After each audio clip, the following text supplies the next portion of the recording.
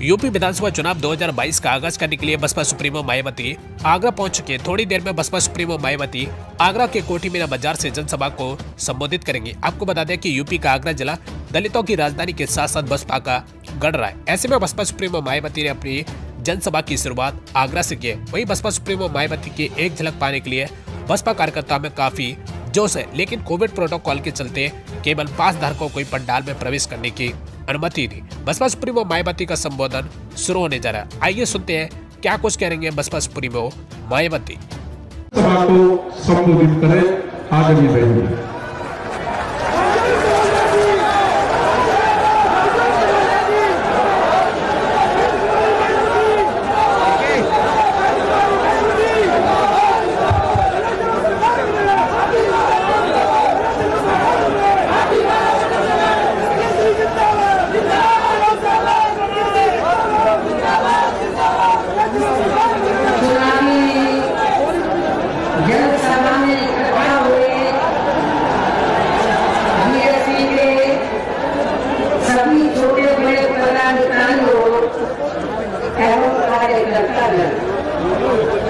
आज आप लोग उत्तर प्रदेश में विधानसभा के लिए हो रहे आम चुनाव में कोरोना नियमों का पालन करते हुए अपनी पार्टी के उम्मीदवारों के समर्थन में मुझे सुनने के लिए यहाँ इकट्ठा हुए हैं, तो उसके लिए मैं आप सभी लोगों का हार्दिक दिल से आभार प्रकट करती हूँ।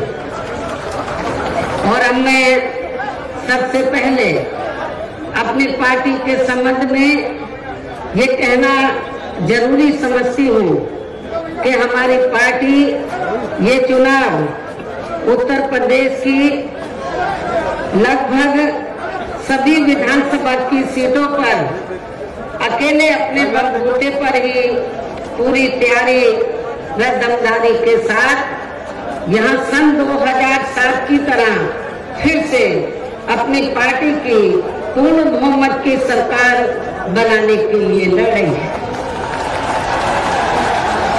ताकि आपको वर्तमान में भाजपा के चल रहे जातिवादी, संकीर्ण, अहंकारी व तानाशाही वाले शासन से मुक्ति मिल सके। इसके साथ ही हमारी पार्टी ने पूर्व की तरह इस चुनाव में भी बीएसपी से जुड़ने की तादाद को ध्यान में रखकर फिर उसी अनुपात में ही यह सर्व समाज के लोगों को टिकट भी दिए हैं। और अब इस चुनाव में आप लोगों को अपना वोट कांग्रेस, बीजेपी, सपा व अन्य विरोधी पार्टियों को न देकर केवल अपनी एकमात्र हितैषी पार्टी बीएसपी को ही देना क्यों जरूरी है, इसे आप लोगों को समझना होगा। हालांकि इस संदर्भ में आप लोगों को ये मालूम है कि आजादी के बाद शुरू में काफी लंबे समय तक केंद्र व उत्तर प्रदेश सहित देश के अधिकांश राज्यों में भी कांग्रेस पार्टी की ही अकेले यहाँ सरकारें रही हैं, किंतु इनकी गलत नीतियों व गलत कार्य प्रणाली की वजह से ही अब ये पार्टी केंद्र के साथ साथ बहुत पहले ही उत्तर प्रदेश की सत्ता से भी बाहर हो गई है। इसके साथ ही ये पार्टी जबरदस्त जातिवादी होने के कारण शुरू से ही हर मामले में यहाँ दलित, आदिवासी व अन्य पिछड़ा वर्ग विरोधी पार्टी भी रही है और अभी भी है, जिस कारण केंद्र में रही इस कांग्रेस पार्टी की सरकार ने इन वर्गों के मसीहा व भारतीय संविधान के मूल निर्माता परम पूज्य बाबा साहब डॉक्टर भीमराव अम्बेडकर को भारत रत्न की उपाधि से भी सम्मानित नहीं किया था, जिसके लिए वो हर प्रकार से पात्र भी थे। इतना ही नहीं बल्कि इनके मूवमेंट को आगे बढ़ाने के लिए अपनी पूरी जिंदगी समर्पित करने वाले मान्यवर श्री कांशीराम जी के देहांत होने पर भी केंद्र में उस समय इसी कांग्रेस पार्टी की रही सरकार ने उनके सम्मान में एक दिन के लिए भी राष्ट्र शोक घोषित नहीं किया था तथा न ही इस पार्टी की रही सरकार ने पिछड़े वर्ग की आरक्षण संबंधी मंडल कमीशन की रिपोर्ट को भी लागू किया था, जिसे फिर बीएसपी ने अपने कड़े संघर्ष व प्रयासों से केंद्र में रही श्री डीपी सिंह की सरकार से ही लागू करवाया था। साथ ही इसी सरकार में ही बाबा साहब डॉक्टर भीमराव अम्बेडकर को भी भारत रत्न की उपाधि से सम्मानित किया गया था, जो इनके अपार अनुयायियों की बरसों से ये दिली चाहत भी थी। लेकिन अब केंद्र व अधिकांश राज्यों की भी सत्ता से बाहर होने के बाद यही कांग्रेस पार्टी खासकर दलितों, आदिवासियों व अन्य पिछड़े वर्गों के वोटों की खातिर आए दिन किस्म किस्म की नाटकबाजी करती रहती है, जबकि इन वर्गों के मामले में इस पार्टी की सच्चाई तो ये है कि कांग्रेस पार्टी जब सत्ता में होती है और इनके अच्छे दिन होते हैं तो तब इस पार्टी को इन वर्गों का विकास व उत्थान आदि याद नहीं आता है तथा न ही इनको महिलाओं की भी भागीदारी याद आती है। इतना ही नहीं बल्कि इस पार्टी के बाद खासकर यहाँ सपा व बीजेपी आदि की बनी सरकार में भी यूपी की जनता हर मामले में व हर स्तर पर काफी ज्यादा दुखी रही है। सपा की सरकार में तो अधिकांश यहाँ गुंडों, बदमाशों, माफियाओं व अराजक तत्वों एवं सरेआम लूट खसोट करने वालों का ही राज रहा है, जिसकी खास वजह से ही इस सरकार में आए दिन यहाँ जाति व धर्म के नाम पर तनाव व दंगे आदि ही होते रहे हैं। इस मामले में पश्चिमी यूपी का मुजफ्फरनगर कांड इसका खास उदाहरण है। प्रदेश में विकास के कार्य भी ज्यादातर यहाँ एक विशेष क्षेत्र व एक विशेष समुदाय के लोगों तक ही सीमित होकर रह गए। और इतना ही नहीं, सपा की सरकार के चलते दलित व अति पिछड़े वर्गों के लोगों के साथ तो हर स्तर पर सोतेला रवैया अपनाया गया है। आप लोगों को ये मालूम है कि जब सपा पावर में आई तो सपा सरकार ने एक काम ये किया सबसे पहले सत्ता में आते ही कि हमारी पार्टी की सरकार ने जो दलित और अन्य पिछड़े वर्ग में समय समय पर संत गुरु और महापुरुष हुए तो उनको आदर सम्मान देने के मकसद से, उद्देश्य से हमारी पार्टी की सरकार ने जिन नए जिलों के नाम इनके नाम से रखे, नई योजनाओं के नाम इनके नाम से रखे तो उनको बदल दिया। और इतना ही नहीं, मैं सरकारी कर्मचारियों को भी ये बताना चाहती हूँ कि जब पदोन्नति में आरक्षण को लेकर तो पार्लियामेंट में बिल आया तो यही समाजवादी पार्टी थी जिसने इस बिल को फाड़ दिया था और इस बिल को पास नहीं होने दिया, ताकि जो दलित वर्ग के लोग हैं उनको पदोन्नति में आरक्षण की सुविधा न मिल सके। ये समाजवादी पार्टी का कैरेक्टर है, चाल चरित्र है। इसी प्रकार भाजपा सरकार की भी नीतियां व कार्यशैली अधिकांश यहाँ जातिवादी, पूंजीवादी एवं आरएसएस के संकीर्ण एजेंडे को ही लागू करने पर टिकी रही है, जिससे प्रभावित एवं शिकार हुए लोगों का इस सरकार में सही से विकास व उत्थान आदि नहीं हो सका है।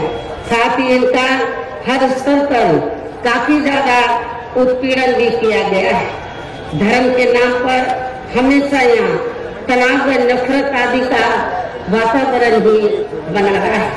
ये किसी से छिपा नहीं है। प्रदेश में हर प्रकार के अपराध भी काफी ज्यादा बढ़े हैं। खासकर दलित व महिलाएं भी इस सरकार में कतई भी सुरक्षित नहीं रही है। लेकिन मीडिया में इनके आंकड़ों को ज्यादातर दबा दिया जाता है। आपके आगरा में तो इतना बुरा हाल है दलितों का कि पुलिस की कस्टडी में तो दलित वर्ग के एक नवयुवक को मार दिया जाता है। ये भी किसी से छिपा नहीं है। इसके अलावा प्रदेश में गरीबों, मजदूरों, बेरोजगारों व अन्य मेहनतकश लोगों के साथ साथ दलितों, आदिवासियों, अन्य पिछड़े वर्गों, मुस्लिम एवं अन्य धार्मिक अल्पसंख्यक समाज के लोगों के हित व कल्याण के लिए वर्षों से जो भी यहाँ सरकारी योजनाएं चल रही थी तो उनका भी इन्हें इस सरकार में सही से पूरा लाभ नहीं मिल सका है। खासकर दलितों व पिछड़ों को आरक्षण का भी पूरा लाभ नहीं मिल सका है, क्योंकि इन्होंने ज्यादातर सरकारी कार्य प्राइवेट सेक्टर के जरिए ही कराए हैं, जिसमें इनके लिए आरक्षण की कोई भी व्यवस्था नहीं है। सरकारी नौकरियों में भी इनका आरक्षण का कोटा भाजपा सरकार ने भी पूरा नहीं किया गया है। मुस्लिम व अन्य धार्मिक अल्पसंख्यक समाज के लोगों के साथ तो बीजेपी की सरकार ने अधिकांश इन्होंने पक्षपात वाला रवैया भी अपनाया है। इतना ही नहीं बल्कि इस बार बीजेपी की सरकार ने अपर कास्ट समाज में से विशेषकर प्रबुद्ध वर्ग भी हर मामले में अपने आप को काफी ज्यादा उपेक्षित रहा है।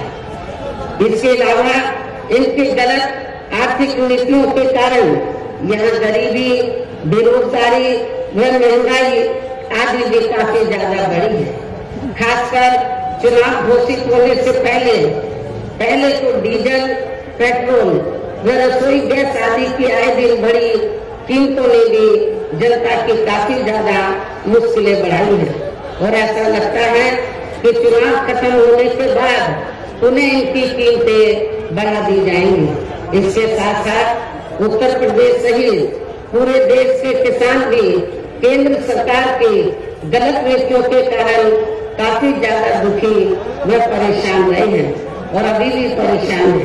प्रदेश में बेरोजगार लोगों को रोजगार नहीं मिलने के कारण ही ज्यादातर इनको पलायन भी करना पड़ा है।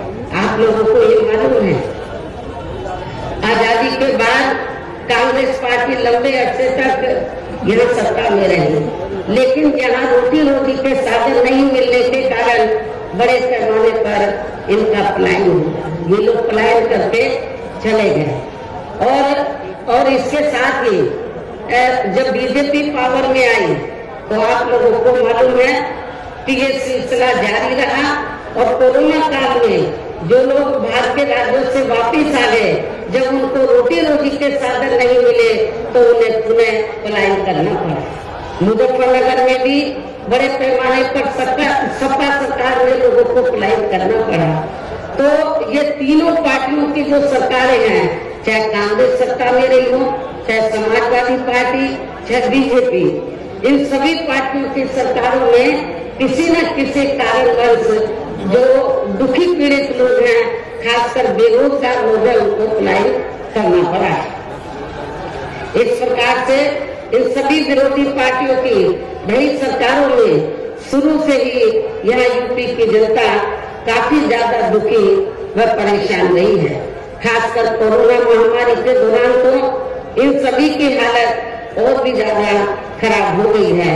ऐसे में इन सभी विरोधी पार्टियों की रही सरकारों से निजात पाने के लिए अब इस चुनाव में यहाँ प्रदेश की जनता को अपनी एकमात्र हितैषी पार्टी बहुजन समाज पार्टी की ही सरकार बनाना बहुत जरूरी है, जिसमें अपने चारों रहे शासनकाल के दौरान बिना पक्षपात व भेदभाव आदि के यहाँ कमजोर एवं उपेक्षित वर्गों के लोगों के साथ साथ सर्व समाज में से गरीबों, बेरोजगारों, गरीबों, मजदूरों, बेरोजगारों, किसानों, व्यापारियों, कर्मचारियों, वकीलों एवं अन्य मेहनतकश लोगों के साथ ही युवाओं, छात्रों, महिलाओं व बुजुर्गों आदि के भी विकास एवं उत्थान के लिए अनेक ऐतिहासिक एवं महत्वपूर्ण कार्य किए हैं।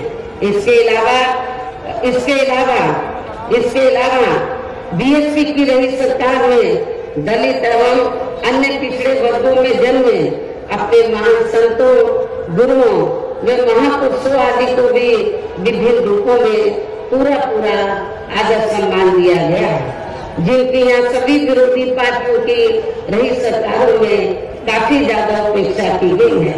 इसके साथ साथ बीएसपी की सरकार ने पूर्व की तरह ही यहाँ सभी वर्गों, धर्मों व विभिन्न क्षेत्रों में लगे लोगों के हितों में भी फिर से ऐतिहासिक कार्य किए जाएंगे।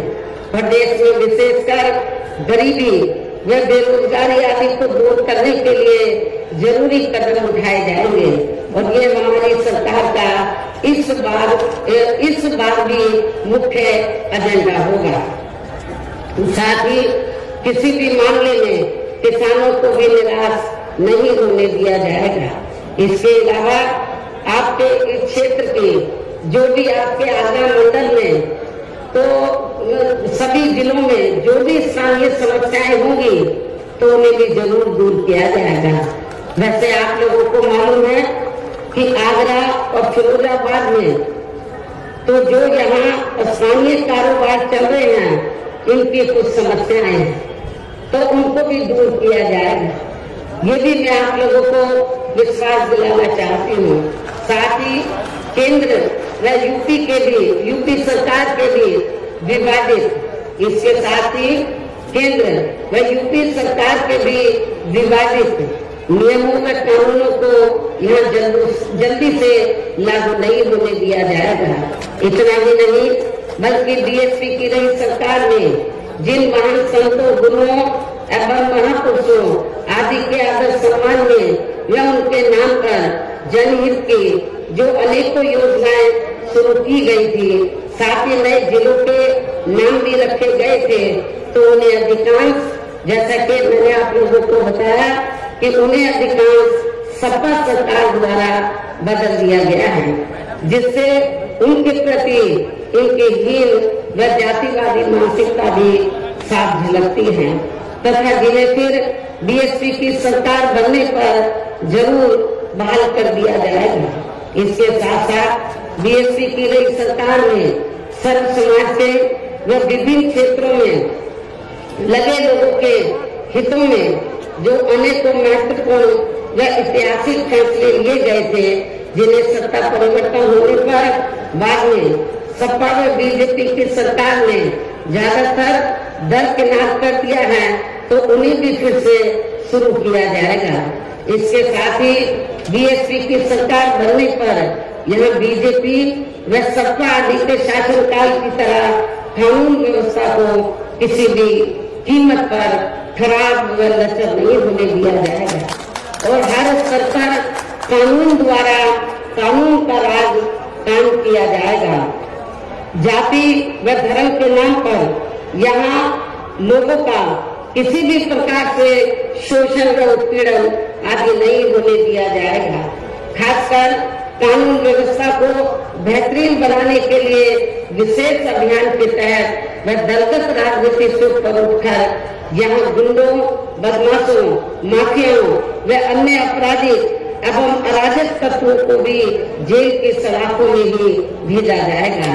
जहाँ मेरी सरकार में इनकी जेल के बाहर नहीं बल्कि जेल के अंदर ही सही जगह होती है। इतना ही नहीं बल्कि जाति, धर्म व राजनीतिक द्वेष की भावना के तहत जिन लोगों को खासकर धरना प्रदर्शन आदि के नाम पर जबरदस्ती गलत धाराओं में फंसाकर उन पर अनेकों केस चलाए हुए हैं वर्तमान भाजपा सरकार में, तो उन मामलों की भी सही से जांच करा के उनके केस भी खत्म किए जाएंगे। अर्थात वर्तमान भाजपा सरकार ने प्रदेश की जेलें जो अधिकांश ऐसे लोगों से भर दी गई हैं, तो उन्हें खाली करा के केवल यहाँ आपराधिक तत्वों को ही रखा जाएगा। इसके अलावा प्रदेश में खासकर शिक्षा के क्षेत्र में व अन्य विभागों के भी कर्मचारी जो आए दिन अपनी मांगों को लेकर धरना प्रदर्शन एवं हड़ताल आदि करते रहते हैं, तो उन सभी मांगों को निपटाने के लिए एक आयोग का गठन किया जाएगा और उनकी सही मांगों को मान लिया जाएगा। इसके साथ ही यहाँ मैं ये भी कहना चाहती हूँ कि कुछ महीने पहले मैंने दिनांक 7 सितंबर को प्रबुद्ध वर्ग की सुरक्षा, सम्मान व तरक्की आदि को लेकर किए गए सम्मेलन में तथा इसके बाद दिनांक 9 अक्टूबर को माननीय श्री कांशीराम जी की पुण्यतिथि के मौके पर भी मैंने सर्वजन हिताय व सर्वजन सुखाय को लेकर जो भी कार्य करने के लिए कहा है, तो उन पर भी जरूर अमल किया जाएगा। लेकिन ये सभी कार्य करने के लिए इस चुनाव में यहाँ बीएसपी की सरकार बनाना बहुत जरूरी है, जिसके लिए पार्टी के लोगों को वोट पड़ने तक या सभी विरोधी पार्टियों के साम दाम दंड भेद आदि हथकंडों से भी जरूर सावधान रहना है। और इस मामले में विरोधी पार्टियां चुनाव होने से कुछ समय पहले या चुनाव के दौरान भी खासकर अपने पक्ष में हवा बनाने के लिए मीडिया या ओपिनियन पोल एवं सर्वे आदि का जो बड़े पैमाने पर गलत इस्तेमाल करती हैं, तो उससे आप लोगों को बिल्कुल भी गुमराह नहीं होना है। ये बात मैं आपको बार बार कहती रही हूँ और आज फिर दोहराना चाहती हूँ। इतना ही नहीं बल्कि इस बार कुछ जातिवादी मीडिया ने इस चुनाव में हमारी पार्टी के लोगों का मनोबल गिराने में भी ये कहकर कोई कसर नहीं छोड़ी है कि इनके नेता कहीं नजर नहीं आ रही है। ये आए दिन मीडिया में इसको न्यूज को फ्लैश करते रहे, जबकि इस मामले में हकीकत तो ये है कि देश में शुरू में फैले कोरोना का प्रकोप थोड़ा कम होते ही मैं दिल्ली से लखनऊ आ गई थी और पिछले लगभग 1 साल से मैं लखनऊ में ही रहकर अपनी पार्टी को मजबूत बनाने के कार्य में लग गई थी। इसके साथ ही इस कार्य में यहाँ ज्यादा ध्यान देने की वजह से मैंने पिछले 1 वर्ष से बाकी राज्यों का भी कार्य लखनऊ से ही देखा है और 1 वर्ष में केवल मैं 2 दिन के लिए दिल्ली गई थी। 1 वर्ष में केवल मैं 2 दिन के लिए दिल्ली गई थी जब मेरी मदर की मृत्यु हो गई थी और इस 1 वर्ष के दौरान मैंने यहाँ पार्टी को फिर से पोलिंग बूथ स्तर पर कैडर के आधार पर यहाँ सही से खड़ा किया है। आप लोगों को मालूम है कि पहले जो कमेटियां बनी थी तो ज्यादातर फर्जी थी। केवल हमारे लोग बता देते थे, नीचे के स्तर के पदाधिकारियों को खुद जाकर कमेटी नहीं बनाते थे। इस बार मैंने सख्त निर्देश दिए कि कमेटी सही होनी चाहिए और जो बड़े बड़े पदाधिकारी हैं वो भी जाकर कमेटी बनाएंगे, ये भी मैंने कहा। तो इस कहने का तात्पर्य ये है कि इस 1 वर्ष के दौरान मैंने यह पार्टी को फिर से पोलिंग बूथ स्तर पर कैडर के आधार पर यह सही से खड़ा किया है तथा सब समाज के काफी नए लोगों को भी तैयार किया है। इसके साथ ही पोलिंग बूथों की कमेटियों के बनने के बाद फिर मैंने अपने ज्यादातर निवास स्थान पर ही उनकी समीक्षा बैठकें भी की है और ये कार्य खत्म होने के बाद फिर मैंने इस बार उम्मीदवारों का चयन करने के मामले में भी विशेष ध्यान दिया है, क्योंकि इस मामले में पिछले चुनाव में हमारी पार्टी के कुछ वरिष्ठ नेताओं ने जो अधिकांश दूसरी पार्टियों में चले गए हैं, उन्होंने काफी विश्वासघात किया है। पिछली बार चुनाव में उन्होंने काफी विश्वासघात किया, न जातीय समीकरण का ध्यान रखा, बल्कि सुनने में तो आया कि दूसरी पार्टियों के उम्मीदवारों से साठ-गांठ करके हमारे नेताओं ने ज्यादातर डमी कैंडिडेट खड़े कर दिए, जिसकी वजह से पिछले विधानसभा चुनाव में हमारी पार्टी का अच्छा रिजल्ट नहीं आ सका। इस चीज का मैंने विशेष ध्यान दिया इस बात की तरफ, और मैंने ये फैसला लिया कि इस बार मैं ये कार्य अपनी देखरेख में खुद करूंगी। 403 विधानसभा की सीटें हैं, एक एक सीट पर मैं उम्मीदवार से खुद मिली हूँ, अपने रेजिडेंस पर उनका पूरा परिचय लिया, तो तब मैंने उनका टिकट फाइनल किया है, ताकि पिछले चुनाव की तरह हमारे साथ कोई धोखा न हो जाए। और इसके बाद जैसे ही मैं इस कार्य से कल फ्री हुई, कल मैं फ्री हुई इस कार्य से, तो आज मैं अपनी पार्टी के उम्मीदवारों को जिताने की अपील करने के लिए यूपी की दलितों की खास राजधानी आगरा में आप लोगों के बीच में आ गई हूँ।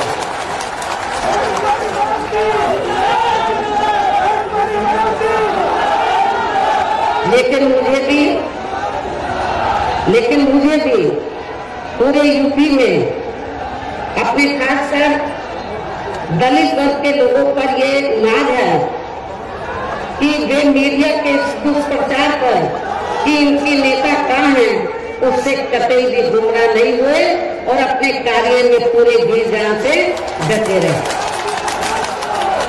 जिसके कारण इस दौरान बाकी जातियों के लोग भी बीएसपी में बड़े पैमाने पर जुड़े हैं। जब वीकर सेक्शन के लोग, दलित वर्ग के लोग बड़े पैमाने पर कैडर के आधार पर जुड़े, जिसकी तरफ मैंने विशेष ध्यान दिया, तो फिर जो बाकी जातियां वो भी बड़े पैमाने पर बीएसपी में जुड़ी है। और अब इस बार चुनाव में फिर से मैं मीडिया बंधुओं को ये बताना चाहती हूँ, जो ये गलत खबर दिखाते रहे कि बहन जी की तरह है, बहन जी इसी काम में लगी थी, इनको मैं बताना चाहती, चुनाव की तैयारी में लगी हुई थी। और अब मैं मीडिया बंधुओं को ये बताना चाहती हूँ कि अब इस बार चुनाव में फिर से सन 2007 की तरह बीएसपी का चौंकाने वाला रिजल्ट आएगा। ये भी मैं मीडिया बंधुओं को बताना चाहती हूँ। आप लोगों को याद होगा कि जब सन 2007 में विधानसभा का आम चुनाव हुआ था, तो उस दौरान मीडिया इस बात के चुनाव की तरह बीएसपी को कहीं आंकता नहीं था, और बीएसपी के बारे में क्या बोलता था, इनका ओपिनियन पोल, सर्वे आदि क्या बोलता था कि बीएसपी तीसरे नंबर पर रहेगी। जब रिजल्ट आया तो बीएसपी नंबर 1 पर आई और एब्सोल्यूट मेजॉरिटी की सरकार में। और मुझे तो लग रहा है ऐसा इस बार भी होने वाला है। मीडिया का ओपिनियन पोल, सर्वे आदि धरा का धरा रह जाए। इसके साथ ही मैं आप लोगों को ये भी कहना चाहती हूँ कि आप लोगों को पूर्व की तरह इस चुनाव में भी विरोधी पार्टियों ने विभिन्न रूपों में जो अपने हवाई व प्रलोभन भरे चुनावी घोषणा पत्र आदि जारी किए हैं, जिन्हें सत्ता में आने के बाद ये पार्टियां अधिकांश अमल में नहीं लाती हैं, तो उनके बहकावे में भी आपको कतई नहीं आना। जबकि इस मामले में बीएसपी किसी भी चुनाव में विरोधी पार्टियों की तरह अपना कोई भी चुनावी घोषणा पत्र आदि जारी नहीं करती है, क्योंकि बीएसपी कहने में बहुत कम बल्कि कार्य करके दिखाने में ही ज्यादा विश्वास रखती है।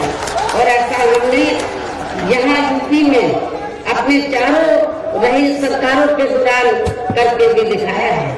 इतना ही नहीं बल्कि हमारी पार्टी के चारों रही सरकारों ने प्रदेश में बिगड़ी हुई कानून व्यवस्था को सुधारने के साथ साथ जो असंख्य के साथ साथ प्रदेश के विकास एवं आम जनहित के लिए जो असंख्य अति महत्वपूर्ण कार्य किए हैं, वो अभी तक यहाँ किसी भी विरोधी पार्टी की सरकार ने नहीं किए हैं। आपको मालूम है कि बीजेपी के लोग कहते रहते हैं हमने गरीबों को इतने मकान दिए हैं, कहीं नजर आ रहे हैं। जब मेरी सरकार थी आपके आगरे में हुई, बड़े पैमाने पर हमने गरीबों को फ्री मकान बनाकर दिए, वो आपको नजर आते हैं। कहाँ है इनके मकान? तो वो आपको बहुत कम ही नजर आएंगे। बल्कि और इतना ही नहीं, तो मैं जैसा कि आपको बताया कि हमारी सरकार ने प्रदेश के विकास एवं आम जनहित के लिए जो असंख्य अति महत्वपूर्ण कार्य किए हैं वो अभी तक यहाँ किसी भी विरोधी पार्टी की सरकार ने नहीं किए हैं, बल्कि ज्यादातर उन्हीं कार्यों के नाम जो हमारी सरकार ने कार्य किए थे, बल्कि ज्यादातर उन्हीं कार्यों के नाम व स्वरूप आदि बदलकर अब विरोधी पार्टियों की सरकारें उन्हीं को ही भुनाने में लगी है। लेकिन उन कार्यों के प्रति इनकी नियत व सोच सही नहीं होने के कारण उसमें भी ये पार्टियां ज्यादा सफल नहीं हो पा रही हैं। इन्हीं जरूरी बातों के साथ ही हम मेरा यही कहना है कि आप लोगों को इस चुनाव में अपने हित व कल्याण के लिए या फिर से यूपी में बीएसपी की सर्व जन हिताय व सर्व जन सुखाय की नीतियों पर आधारित सरकार बनाना बहुत जरूरी है। और इसके लिए पार्टी के लोगों को, इसके लिए बीएसपी के लोगों को वोट पड़ने वाले दिन कोरोना नियमों का पालन करते हुए सबसे पहले सुबह उठते ही व समय से अपने अपने पोलिंग बूथों पर अपना वोट डालने के लिए जाना है। वोट वाले दिन याद रखो, बहुजन समाज पार्टी के लोगों, जो बीमार है, बुजुर्ग हैं, उनको छोड़कर जो बाकी लोगों को उस दिन आप लोगों को उपवास रखना है। कब तक? जब तक आप लोग अपने अपने पोलिंग बूथों पर वोट डालकर अपने घरों में वापस नहीं आ जाते। और इस मामले में हमारी जो महिलाएं हैं वो भी पीछे नहीं रहेंगी, ये भी मैं बताना चाहती हूँ। तो सुबह उठते ही सबसे पहले अपने अपने पोलिंग बूथों पर आप लोगों को वोट डालने के लिए जरूर जाना है। इसके साथ ही आपका वोट अन्य कोई व्यक्ति डाल न सके, इसका भी आप लोगों को खुद ही ध्यान रखना है। इसके साथ साथ अपनी पार्टी का कोई भी वोट पड़ने से ना रह जाए तो उसका भी पार्टी की हर पोलिंग बूथ की कमेटी को विशेष ध्यान रखना है। और अब अंत में मेरी बीएसपी के लोगों से यही अपील है कि पार्टी ने या आपके क्षेत्र में, आपके आगरा मंडल में जिन भी विधानसभा की सीटों पर अपने उम्मीदवारों को चुनाव के मैदान में उतारा है, जो यहाँ आपके बीच में मौजूद भी है। हमारे आगरा मंडल के जो प्रत्याशी हैं, तो जहाँ जहाँ से भी वो चुनाव लड़े हैं, तो जिनको हमने चुनाव के मैदान में उतारा है, ये आपके सामने जो स्टेज बना है, आपके बीच में यहाँ खड़े हुए हैं और आप लोगों से वोट की अपील कर रहे हैं। और बीएसपी के जो ये उम्मीदवार हैं, तो उनको जिताने के लिए आप लोगों से अपील कर रहे हैं। जो यहाँ आपके बीच में मौजूद हैं, तो उन्हें आप लोगों को वोट वाले दिन अपनी पार्टी के हाथी चुनाव चिन्ह के सामने वाले बटन को दबा के जरूर जिताना है। बीएसपी का चुनाव चिन्ह क्या? हाथी। और आपकी आबादी हाथी की तरह विशाल है।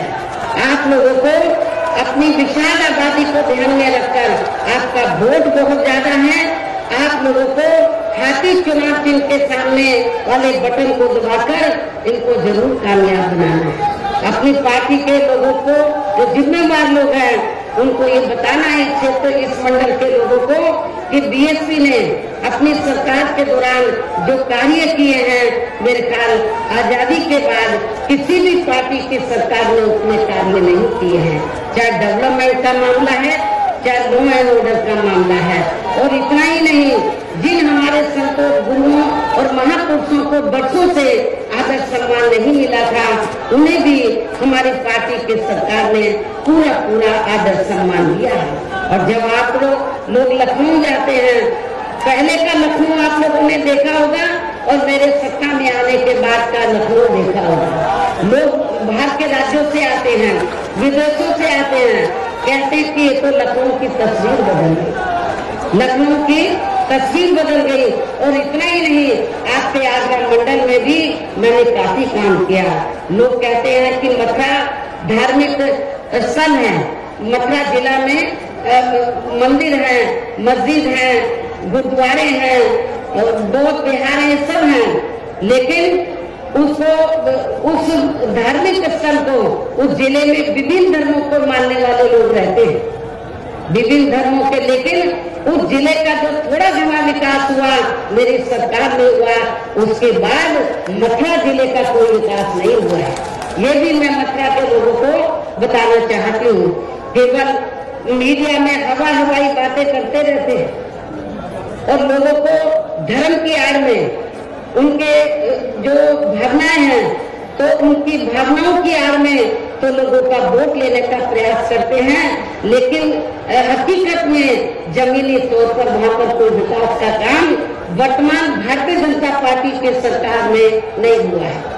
यही सपा सरकार का हाल था और बीजेपी को कुछ नहीं करना है। ज्यादातर वो मीडिया में घूमते रहते हैं।